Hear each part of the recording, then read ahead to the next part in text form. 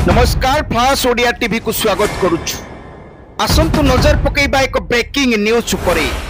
राज्य रे वर्तमान बीजेपी सरकार गठन करिछि। बीजेपी सरकार रो मुख्यमंत्री हेउचंती मोहन माझी। सरकार गठन करिबार कई घंटा मध्यरे राज्य रे वर्तमान सीबीआई पक्षरु एक बड़ धरणर रेड चलीछि।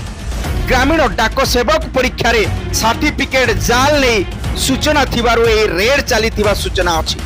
राज्यर विभिन्न जिल्ला रे 67 जगह रे रेड करूछि सीबीआई। कलाहांडी, नुआपड़ा, रायगड़ा, बालेश्वर, भद्रक अंचल रे वर्तमान सुधा रेड चलीछि। रेड बेले सीबीआई रो 122 ऑफिसर को सहित 204 ऑफिसर शामिल अछंती। पोस्टल सर्विस निर्देशक पक्षरु सीबीआई रे अभियोग होइतिला। 1382 पदवी पाई 2023 रे बाहरी थिला विज्ञप्ति। तांको मध्यरु 63 जन जाल सर्टिफिकेट देइतिबा अभियोग हेइतिला एवं परवर्ती समय रे पोस्टल सर्विस निर्देशक पक्षरु सीबीआई रे अभियोग हेइतिला। एवं वर्तमान नूतन सरकार बीजेपी सरकार गठन परे परे आज हठात राज्य रे सीबीआई पक्षरु बड़ धरणर red चलीछि।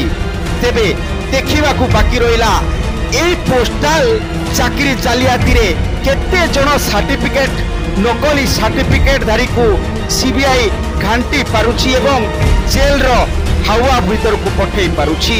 Bureau report, flash Odia TV.